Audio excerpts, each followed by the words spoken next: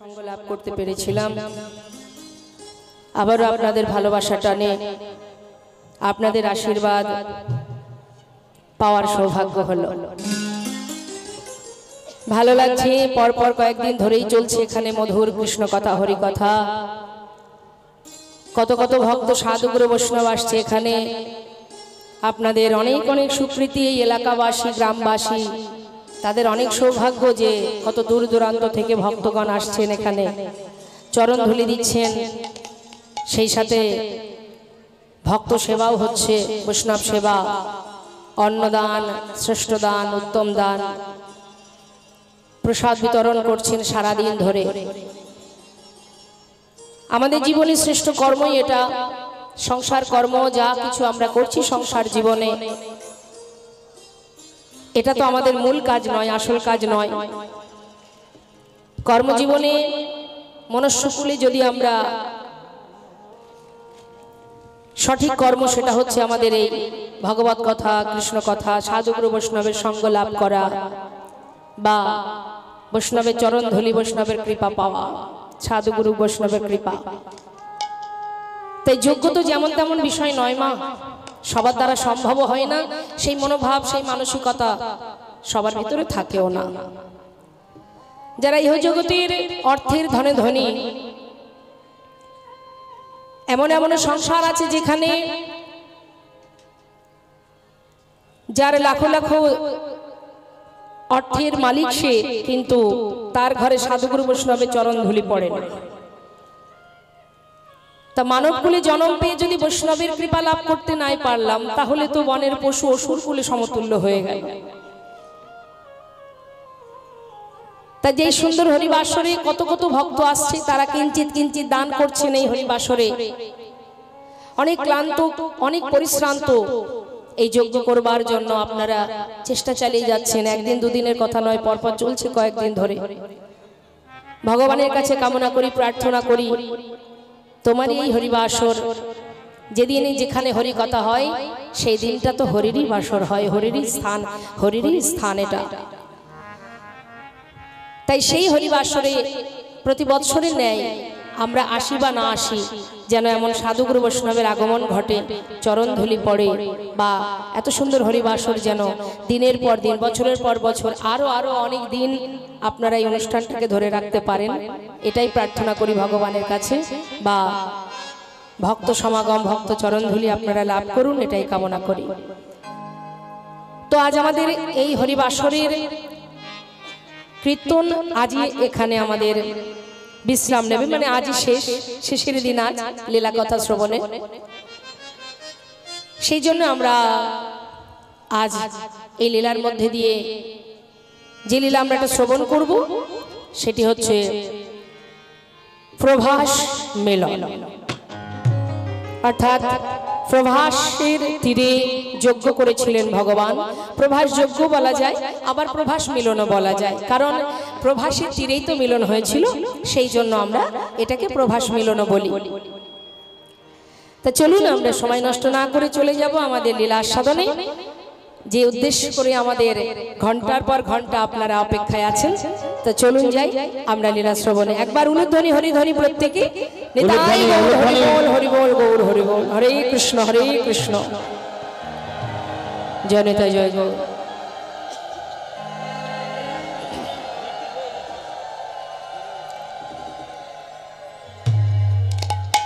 শ্রীকৃষ্ণ চৈতন্য লীলা অদ্ভুত অনন্ত, ব্রহ্মা বিষ্ণু শিব যার নাহি পায়ন্ত। যার অমৃত কথা, যার লীলা কথা বর্ণনা করে, যার মহিমা বর্ণনা করে ব্রহ্মা বিষ্ণু শিব যার অন্ত খুঁজে পাননি, সেই মহৎ, সেই ভগবান, সেই করুণাময় যুগে যুগে যিনি এসেছেন, যার অনন্ত লীলা, সেই লীলা বর্ণনা করার সামর্থ্য শক্তি আমার নেই। তথাপিও আপনাদের ভালোবাসায়, আপনাদের আশীর্বাদে, আপনাদের সম্মুখে দাঁড়িয়ে আছি। যতটুকু সম্ভব আমার দ্বারা আমি অবশ্যই চেষ্টা করব। তবে লীলা পরিবেশনে ভুল ত্রুটি হওয়াটাই স্বাভাবিক, কারণ মানব জাতি তো মায়ার জীব কিনা। তো যদি ভুল ভ্রান্তি হয়, হবে তো অবশ্যই, কারণ যাকে কখনো চোখেই দেখিনি তার কথা বলা তো সহজ কথা নয়, কি গো মা? আপনি যদি কোনো একটা জায়গা থেকে কিছু কোনো একটা খুব সুন্দর একটা জিনিস সেবা করেন, মনে করেন খুব একটা সুন্দর মিষ্টি কোথা থেকে খেয়ে এসেছেন, বাড়িতে এসে আপনি তার সৌন্দর্য মানে তার এত স্বাদ সেটা বর্ণনা করছেন কিন্তু পারছেন না। হ্যাঁ, হাজার চেষ্টা করছেন বোঝানোর, এখন যিনি শ্রবণ করছেন তিনি কি বলবেন, দেখো ভাই তুমি খেয়ে যদি তুমি বলতে না পারো আমি তো আর খাইনি, আমি কি করে বলবো। তা ঠিক তদ্রূপ যে সকল মহাজন ভগবানের কাছে থেকে পাশে বসে সাক্ষাৎ লীলা দর্শন করে পদাবলী লিখেছেন, তিনি বলছেন আমার ভজন সাধন হলো না, আর আমরা তো তাকে চোখেই দেখিনি, আমরা কি করে বলবো। তাই লীলা পরিবেশনে ভুল ত্রুটি হলে সন্তান জ্ঞানে সকলে ক্ষমা করবেন। জয় নিতাই, জয় গৌ, জয় রাধেশ্যাম।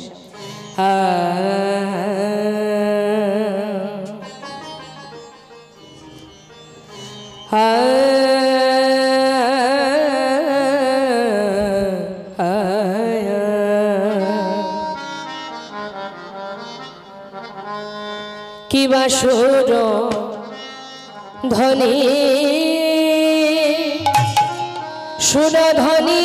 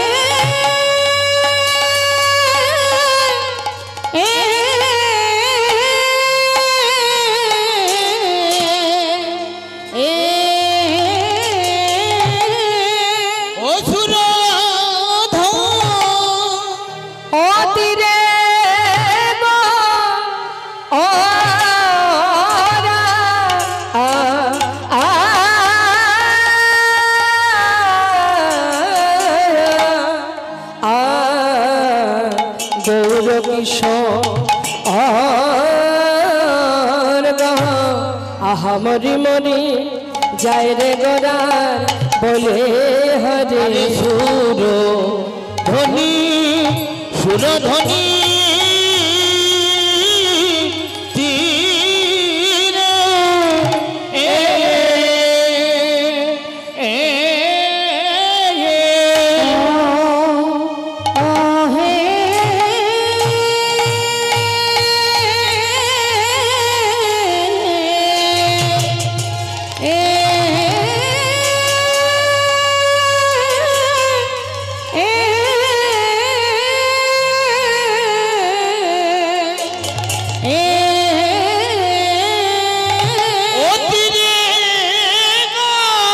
দেখো দেখো কি না ভাবে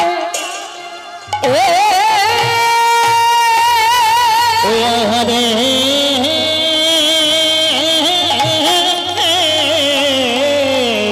না ভাবে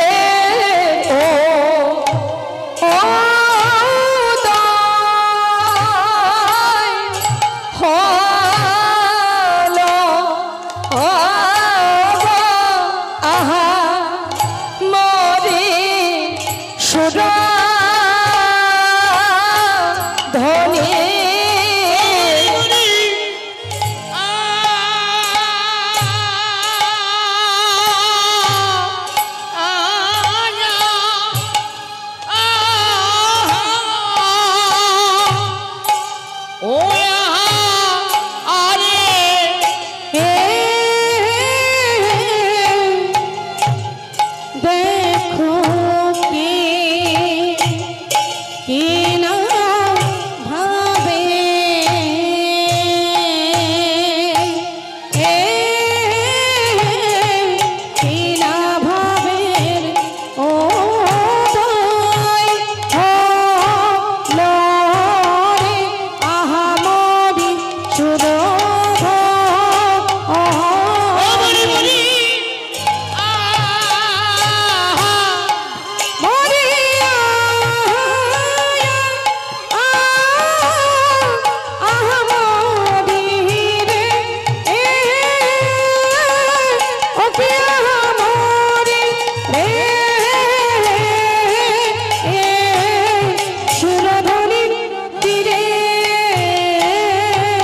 কিয়া আহা মোরে রে ও কিয়া মোরে রে সুরধ্বনি তীরে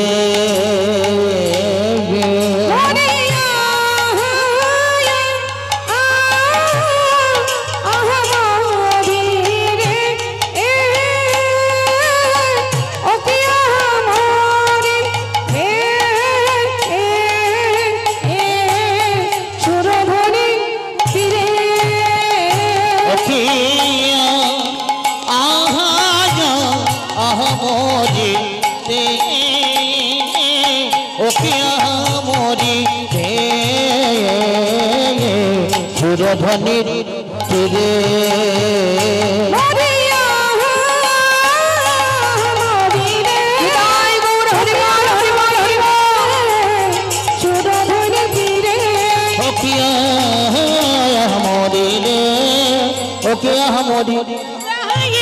সুরধ্বনি তীরে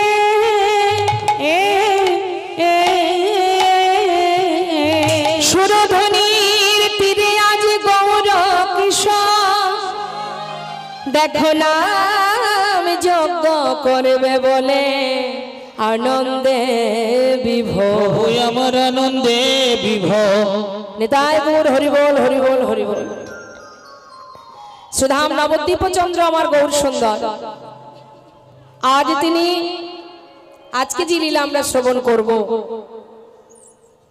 যেটা প্রভাস নদীর তীরে প্রকাশিত হয়েছে সেই লীলা প্রকাশ করছেন আমার নবদ্বীপ চন্দ্র গৌর হরি সুধাম নবদ্বীপের মাঝে সুরধ্বনির তীরে তিনি হরিনাম যজ্ঞ করবেন যজ্ঞ তো এখন আমরা ঘরে ঘরেই দেখতে পাচ্ছি হচ্ছে তাই না মা তা যজ্ঞের তো অনেক নিয়মাবলী আছে না তা দেখুন আজ আমার প্রভু কি করছেন প্রভু আমার হরিনাম যজ্ঞ করবেন স্থির করলেন তিনি তো এসেছেন এই হরিনাম দেওয়ার জন্য জীবের দ্বারে দ্বারে নদিয়ার পথে পথে নদিয়ার ঘাটে মাঠে সর্বত্রে অলিতে গলিতে জীবের হাতে ধরে পায়ে ধরে নিজে ধুলায় গড়াগড়ি দিয়ে হরিনাম দিয়েছেন আমাদের মতো জীবকে উদ্ধার করার জন্য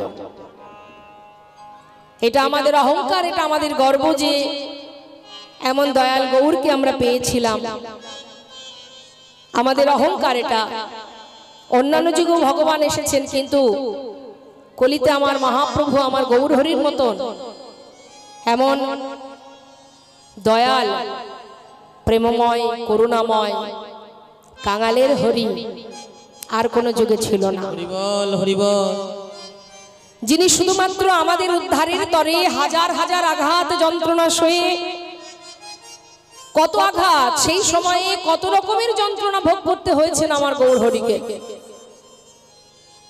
কিন্তু তথাপিও তিনি হাল ছাড়েননি কেন মাতা পিতা যতই কষ্ট পান যত যন্ত্রণায় পান তারা কিন্তু মৃত্যুর শেষ মুহূর্ত পর্যন্ত সন্তানের মঙ্গল কামনাই করেন জীবন দিয়ে হলেও তিনি লড়াই করে যান সন্তান কিসে ভালো থাকবে কি গো মা তা তিনি আমাদের জগৎ পিতা তিনিও প্রতিটা মুহূর্ত শুধু আমাদেরই চিন্তা করেছেন জীবের চিন্তা করেছেন তিনি শুধুমাত্র যে হিন্দুদের জন্য ভেবেছেন তা কিন্তু নয় ভগবানের কাছে কোনো জাত ভেদ নেই আছে তার কাছে তো আমরা সবাই সমান এই ভেদাভেদ মারামারি হানাহানি এ তো আমরা করছি ভগবান কি করছে তার কাছে আমরা সবাই সমান তার বড় প্রমাণ নামাচার্য ছিল ঠাকুর হরিদাস সম্রাট আকবর নাসির মাহমুদ আব্দুল করিম চাঁদ কাজী কাজী নজরুল ইসলাম যারা গৌর হরিকে বড় ভালোবাসে হরিবল হরিবল শুধু বোকার মতো আমরা হানাহানি করি ওটা আমার সেটা আমার দেখতেই পাচ্ছেন বর্তমান সমাজের কি হাল নতুন করে আর বলার কিছু নেই সবাই আমরা জানি কিন্তু তথাপিও সেই সময় হরিদাস ঠাকুরের উপরে যে নির্যাতন হয়েছিল তথাপিও প্রভু কি বলেছিলেন হরিদাস ঠাকুর কি বলেছিলেন খণ্ড খণ্ড করো যদি যাক দেহ মন প্রাণ তথাপি না বদনে না ছাড়িব কৃষ্ণ না। হরি বল। যত সময় দেহের মধ্যে প্রাণ আছে, হয়তো আমাকে চাবুক দিয়ে আঘাত করতে করতে আমার বদন থেকে হরিনাম বন্ধ হয়ে যাবে, কিন্তু এখানে যত সময় প্রাণ আছে হরিনামের স্ফুরণ হবে। তো ভালোবাসলে ঠিক এইভাবেই ভালোবাসতে হয় মা। এইভাবেই যদি কেউ ভালোবাসতে পারে, যেমন হরিদাস ঠাকুরকে নিজে হাতে প্রভু, যে হরিদাস ঠাকুর মুসলমান কুলে জন্ম নিয়েছিলেন বলে পুরীধামে জগন্নাথ মন্দিরে প্রবেশ করতে পারতেন না, স্বয়ং গৌর হরি তাকে কোলের মধ্যে করে নিয়ে ওই জগন্নাথ মন্দিরের ভিতরে প্রবেশ করেছিলেন। শাস্ত্রে মহাজন বললেন, জন্ম হোক যথা তথা, কর্ম করো ভালো, কর্মটা সঠিক করো। তো আজ সেই করুণাময় তিনি হাজারো আঘাত, হাজার কষ্ট, হাজার যন্ত্রণা সয়েও আমাদের ইহজগতে পৃথিবীর যত জীব আছে, কীট পতঙ্গ বলো, পশু পাখি বলো, মানুষ জাতি বলো, আমরা তো সবাই মানুষ। আমরা মনুষ্যকুলে জন্ম পেয়েছি, আমাদের গঠনটা মানুষের আকৃতি। এটা একটা পোশাক মাত্র, আর কিছু নয়। জেনে রাখুন, এই যে দেহটা, এই দেহটা তো আর আমরা সাথে করে আনিনি, এনেছি। এটা প্রকৃতির সৃষ্টি, প্রকৃতি থেকে আমরা পেয়েছি, মাতৃগর্ভে প্রকৃতির সাহায্যে পেয়েছি আমরা। কিন্তু আমি মানে কি? এই দেহটা তো নয়। আমি মানে এই যে ভিতরে যেটা আছে বলে দাঁড়িয়ে আছি আমি, যেটা চোখে দেখা যায় না। আমি যদি মারা যাই এই মুহূর্তে, সবাই জিজ্ঞাসা করবে কি হলো শম্পা গোস্বামী, কি হলো? বলে মারা গেছে। কোথায়? সে তো শুয়ে আছে, হাত চোখ নাক মুখ সবই তো আছে। বলে থাকলে কি হবে? সে আর নেই। ওই যে নেই, সে হচ্ছে আমি। হরি বল। তাহলে সেই যে আমি, যে উচ্চারণ করছি আমি, আমি কোথায়? এই দেহটা আমি না, এই চরণ দুটো আমি না, এটা আমার, আমি নই, এটা আমার। চোখ দুটো আমি না, এটা আমার। চোখ আমার, হাত আমার, পা আমার, মুখ সর্বস্ব আমার। কিন্তু আমি কোনটি? আমি কোথায়? এটা যেদিন আমরা জানতে পারবো মা, সেদিন আর হানাহানি থাকবে না, দ্বন্দ্ব থাকবে না, বিবাদ থাকবে না, হিংসা থাকবে না, ক্রোধ থাকবে না। আমরা শুধু আমাকে আমি নিজে চিনতে পারি না, যার কারণে আমরা অনিত্য বস্তুর পিছনে ছুটছি আর মারামারি গন্ডগোল করছি। শাস্ত্রে বললেন, আমি কে আমার কেন মরে যারে তপত্রয়, ইহানা জানে জীবের কইছে হেত হয়। বলতে পারো तुम कहां से आए हो और जाओगी कहां? इतना दिल विचार लो, बस हो गया भजन।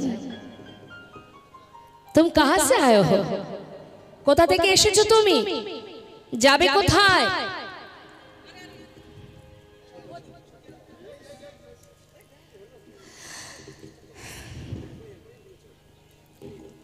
এটা যখন তুমি নিজেকে জিজ্ঞাসা করবে, সেই দিন তুমি তোমার সঠিক ঠিকানা খুঁজে পাবে। তাই বারবার করুণাময় গৌর সুন্দর, যিনি নিজে আচরণ করে জগৎ জীবকে শিখিয়েছে, রে জীব, কলিজীবের উদ্ধারের রাস্তা একটাই, সেটা হচ্ছে হরিনাম মহামন্ত্র জপ করা। যেখানে থাকো, যেমন থাকো, তাতে কোনো দুঃখ নেই। সাধন ভজনে যাগযজ্ঞ কিচ্ছু করতে হবে না, তুমি শুধু হরিনাম জপ করো। কারণ কলিজীবের আয়ু তো খুবই কম বাবা, আজ আছে একটু পরে নাও থাকতে পারি। সময় কখন ফুরিয়ে যাবে আমরা নিজেরা জানি না। কারণ যতগুলো শ্বাস প্রশ্বাস চলছে, যতগুলো শ্বাস প্রশ্বাস আমি পাবো, সে তো আমার ভাগ্যে আছে। সেটা তো কমছে, বাড়ছে তো নয়, সংখ্যায় কমছে। কোন দিন সময় চলে আসবে শেষ শ্বাস প্রশ্বাসটা পাওয়ার, সেটা আমরা কেউ জানি না।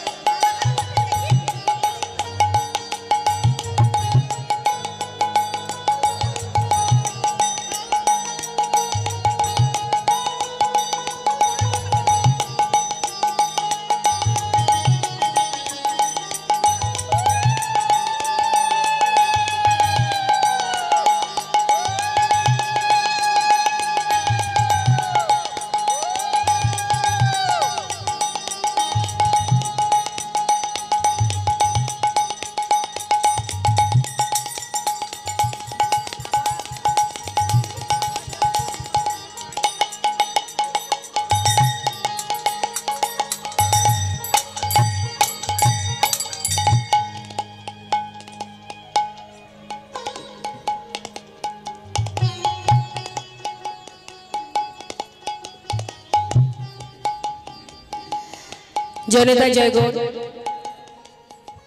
তাই আজ সেই গৌর সুন্দর তিনি কি করলেন, সর্বত্র হরিনাম দিতে দিতে তিনি স্থির করলেন যে আমি হরিনাম যজ্ঞ করব। তা হরিনাম যজ্ঞ করতে গেলে তার তো অনেক নিয়ম আছে। তাই প্রভু কি করলেন, তিনি কি জানেন না কিভাবে করতে হয়? সবই তো তিনি জানেন, কিন্তু তথাপিও তিনি জীবকে শিক্ষা দিচ্ছেন। কি, আমরা যখন বাড়িতে হরিবাসর দিই বা বৈষ্ণব সেবার আয়োজন করি, আমরা পরামর্শ করি না? কার কাছে পরামর্শ করি? গুরুর কাছে, যে গুরুদেব কিভাবে কি করতে হবে, আপনি আমাকে নিয়মটা জানিয়ে দিন। তো ঠিক তদ্রূপ আজ আমার গৌর সুন্দর তিনি কি করছেন না, তিনি হরিনাম যজ্ঞ করবেন বলে সুরধনী গঙ্গার তীরে তিনি কি করলেন, গুরুকে ডাকলেন। গুরু অর্থাৎ ভগবান শ্রীকৃষ্ণ। কাকে ডাকছেন না, আহা, গৌর হরি ডাকছেন কাকে? দাদাকে, নিতাই চাঁদকে দাদাকে ডাকছে। গুরুজন তো, দাদা হচ্ছেন গুরুজন, তাই ডাকছে, দাদা তুমি আমায় বলে দাও আমি কিভাবে যজ্ঞের আয়োজন করব। দাদা নিতা নন্দ শনে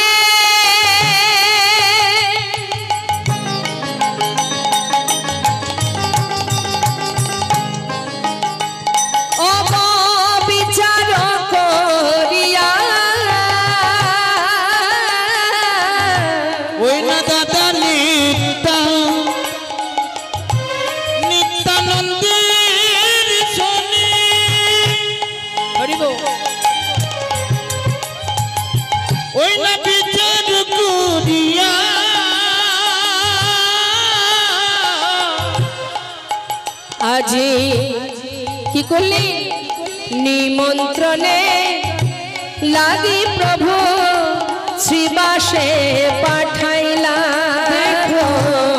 নিমন্ত্রণের লাগে প্রভু শ্রীবাসের পাঠাইলা। আজি পরামর্শ করিলা, পরামর্শ করিলা। কি করিতে হবে দাদা পরামর্শ করিলা। ওই না কি করিতে হবে দাদা পরামর্শ করিলা। নিমন্ত্রণে লাগি প্রভু শ্রীবাসের পাঠাইলা। দেখো নিমন্ত্রণে লাগি প্রভু শিবাসী পাঠাইলা। দাদা কিভাবে যজ্ঞ করব উপায় বলে দাও। নিতাই চাঁদ বললেন, নিমাই যদি যজ্ঞ করতে হয় সাধু গুরু বৈষ্ণবকে আগে নিমন্ত্রণ কর। নবদ্বীপের সকল সাধু গুরু বৈষ্ণবকে নিমন্ত্রণের দায়িত্ব দিল কাকে না, নবদ্বীপের অলিগলি চেনে একজনই আছে, সে হচ্ছে শ্রীবাস পণ্ডিত। তাহলে শ্রীবাসকে ডাকা হোক। এখন শ্রীবাসকে যেই না ডেকেছে, শ্রীবাস পণ্ডিত বলছে প্রভু নিমন্ত্রণের দায়িত্ব আমার। এই শ্রীবাসকে মা, দাপরে কে ছিলেন শ্রীবাস? দাপর যুগে শ্রীবাস পণ্ডিত ছিলেন দেবর্ষি নারদ। তা এই দেবর্ষি নারদে কিন্তু কলিযুগে শ্রীবাস পণ্ডিত। তা শ্রীবাসের দায়িত্ব দিয়েছে যে তুমি নিমন্ত্রণের ভার নাও, সবাইকে নিমন্ত্রণ জানাবে, সুরধনির তীরে যেন সবাই আসে। এখন নিমন্ত্রণের পত্র যখন দিয়েছে শ্রীবাসের হাতে, তখন নিত্যানন্দ প্রভু জিজ্ঞাসা করছে, শ্রীবাস নিমন্ত্রণ করবার নিয়ম জানো? কিভাবে নিমন্ত্রণ করতে হয় আপনারা বলুন দেখি। বাড়িতে যদি হরিবাসর দেন বা সাধুগুরু বৈষ্ণবের সেবার আয়োজন করেন, নিমন্ত্রণ কিভাবে করেন? এখন কিভাবে হয় নিমন্ত্রণ? ফোনে হয় না? কিন্তু আগেকার সময় ছিল গলবস্ত্র হয়ে পত্র নিয়ে, নিমন্ত্রণ পত্র নিয়ে তার ঘরে গিয়ে নিমন্ত্রণ করা, তাই না? তা বলছেন আমার নিতাই চাঁদ, শ্রীবাসকে শিখিয়ে দিচ্ছেন, শোনো নিয়মটা জেনে নাও ভালো করে কিভাবে নিমন্ত্রণ করতে হবে। নিয়ে পত্র নিয়ে সাধুগুরু বৈষ্ণবের কাছে যাবে, তার হাতে পত্র দেবে, দিয়ে পত্রখানি দেবে হাতে, চরণ ধুলি নেবে মাথে। হাতে চরণ ধুলি নেবে মাথে। পত্রখানি দেবে হাতে, চরণ ধুলি নেবে মাথে। পত্রখানি দেবে হাতে, চরণ ধুলি নেবে মাথে। নামে যোগে সবাই যেন আসে, নামে যোগে সবাই যেন আসে। নামে যজ্ঞ সবাই যেন আসে। শোনো এক কর জোরে বলিবে, কর জোরে বলিবে, সবার কর জোরে বলিবে, সবার কর জোরে বলিবে, আমার পায়ে ধরে বলিবে, কর জোরে বলিবে, পায়ে ধরে বলিবে, কর জোরে বলিবে, নামে যোগে সবাই যেন আসে। আসে গো নামে যোগে সবে যেন আসে। হে হরি নামে যজ্ঞ সবাই যেন আসে। হাতে ধরে পায়ে ধরে নিমন্ত্রণ করতে হবে, কেউ যেন বাদ না যায়, সবাই যেন হরিবাসরে এই নাম যজ্ঞে আসে। এখন শ্রীবাস পণ্ডিতকে যখন সমস্ত দায় দায়িত্ব দিল মা, শ্রীবাস পণ্ডিত দেরি না করে নিমন্ত্রণের পত্র নিয়ে যাত্রা করেছে। এখন নিমন্ত্রণের পত্র নিয়ে শ্রীবাস যাচ্ছে, গোটা নদিয়াবাসী দাঁড়ে দাঁড়ে গিয়ে নিমন্ত্রণ জানাচ্ছে। মহাজন পদাবলিতে বললেন, দেখো দেখো আজ শ্রীবাস পণ্ডিত যাচ্ছে। শুনিয়া শ্রীবাস গেল নদিয়া নগরে, শুনিয়া শ্রীবাস গেল নদিয়া নগরে, শ্রীবাস চলে যায়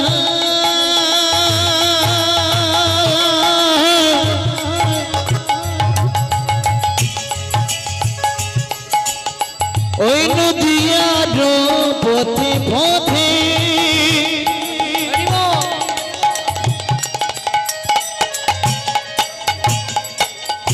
নিমন্ত্রণের পত্র লইয়া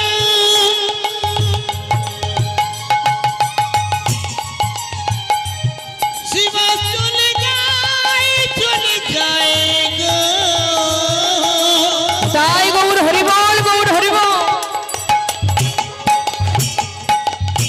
ওই দেখো নদিয়ার পথে পথে শ্রীবাস চলে যায় গো। শুনিয়া শ্রীবাস গেল নদিয়া নগরে, নিমন্ত্রণ করিল সবে যোগী আসিবাবে। আর নিমন্ত্রণ করিল সবে যোগে আসিবা। এই যে আপনারাও আসিবে, আপনারাও আসিবে, আপনারাও আসিবে, আপনারাও আসিবে, হরি নাম মহাযোগে আপনারাও আসিবে। হরি নাম মহাযোগে আপনারা আসিবে। ওই হরি নাম মহাযোগে সুরধ্বনির তটভূমে।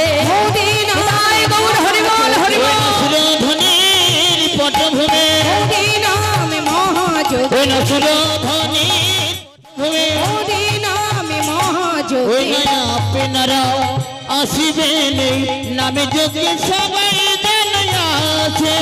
আসে গো নামে যোগে সবাই যেন আসে। সবাইকে করজোড়ে নিমন্ত্রণ জানালেন, সবাইকে নিমন্ত্রণ করলেন। মহাজন শাস্ত্রে বললেন, আশ্রয় করিয়া ভজে তারে কৃষ্ণ নাহিতে যার সমরে কারণ। বৈষ্ণবের পদরজ অবনীর সুখ সম্পদ, শোনো ভাই দেয়া এক মন, আশ্রয় করিয়া ভজে তারে কৃষ্ণ নাহিতে যার সমরে কারণ।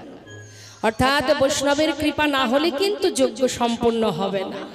আর হরিনাম যজ্ঞ যদি কোনো জীব করতে পারে, হরিনাম এই যজ্ঞ যদি কেউ করতে পারে মা, দেখুন আজ আমরা ইহজগতে বিভিন্ন রকমের ধর্মীয় অনুষ্ঠান আছে, প্রত্যেকটা সেবা কাজ বলুন, দান ধ্যান বলুন, সবকিছুর মধ্যে কিন্তু একটা পুণ্য অর্জন হয় বাবা। মন দিয়ে কথাগুলো শুনবেন। মনে করুন আপনি বস্ত্র দান করছেন, কেন করছেন? তাতে কিন্তু আপনার একটা পুণ্য অর্জন হচ্ছে, তাই তো? আপনি অন্ন দান করছেন, রক্ত দান করছেন, যেটাই করুন না কেন, বাড়িতে শিবের পূজা করুন, গণেশ পূজা করুন, লক্ষ্মী পূজা করুন, মা কালীর পূজা করুন, যেটাই করুন না কেন তার একটা পুণ্য অর্জন হয়। আলাদা আলাদা পুণ্য অর্জন আছে।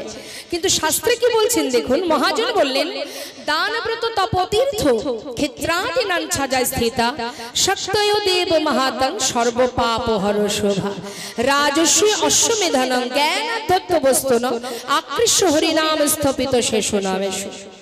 অর্থাৎ দান করলে যে ফল পাবে, যজ্ঞ করলে যে ফল পাবে, ব্রত করলে যে ফল পাবে, তীর্থে গেলে যে ফল পাবে, প্রত্যেকটা ফল আলাদা আলাদা। কিন্তু মহামন্ত্র যদি কেউ জপ করতে পারে বা হরিনাম যজ্ঞ যদি কেউ করতে পারে, তাহলে সমস্ত রকমের পুণ্য এক হরিনামেই লাভ করা যায়। নিতাই গৌর হরি বল হরি বল। সমস্ত কিছু এক হরিনামেই আমরা পেতে পারি। তাই মহাজন শাস্ত্রে বললেন তোমরা হরিনাম করো, মহামন্ত্র জপ করো।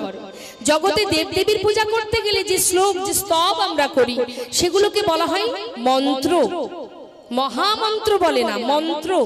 আর হরিনামকে বলা হয় মহামন্ত্র। অর্থাৎ মহামন্ত্র যদি কেউ জপ করে তার আর মন্ত্রের প্রয়োজন হবে না, যদি জপ করতে পারে। তা আসুন আমরা সবাই মিলে একবার মহামন্ত্র জপ করি। আমাদের তো আজকে কীর্তন এখানে যেহেতু শেষ, তো আমরা কীর্তনের মধ্যে এত সাধুগুরু বৈষ্ণবের সঙ্গ লাভ করেছি যখন, আমারও লাভ হবে। সাধুগুরু বৈষ্ণবের কৃপা, সাধুগুরু বৈষ্ণবের মধুর কণ্ঠে হরিনামামৃত আস্বাদন করতে পারবো।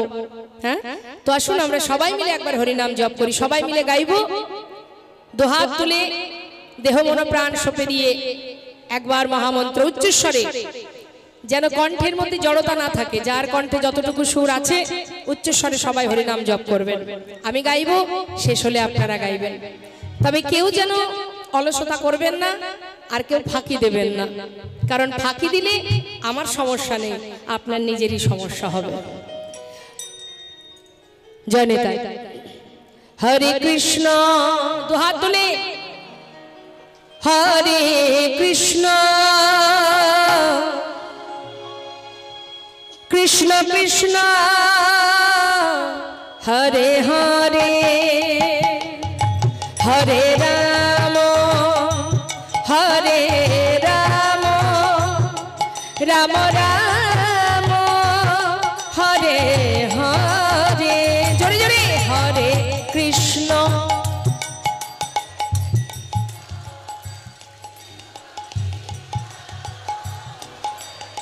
হরি বল হরি বল।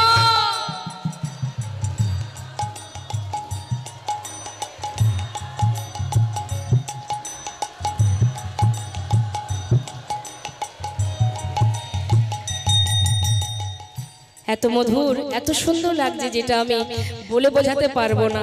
কিন্তু জানেন তো, যখনই কিনা কোনো কিছু সুন্দর হয় না, যেন মনে হয় যদি আরেকটু সুন্দর পেতাম। তো আশা রাখছি এত সুন্দর কণ্ঠ আপনাদের আরেকটু যদি উচ্চস্বরে গাওয়া যায়। আর এই যে হাতে তালিটা দিচ্ছেন না মা, বেতালে কেউ দেবেন না, তাহলে গানও বেতালে চলে যাবে। তালে তালে দেওয়ার চেষ্টা করবেন। হ্যাঁ, বেশ, এক তালে এইভাবে। হরে কৃষ্ণ কৃষ্ণ কৃষ্ণ হরে হরে হরে রাম হরি বল। বাবা, হ্যাঁ, হরে কৃষ্ণ কৃষ্ণ কৃষ্ণ হরে হরে হরে রাম রাম রাম হরে হরে হরে কৃষ্ণ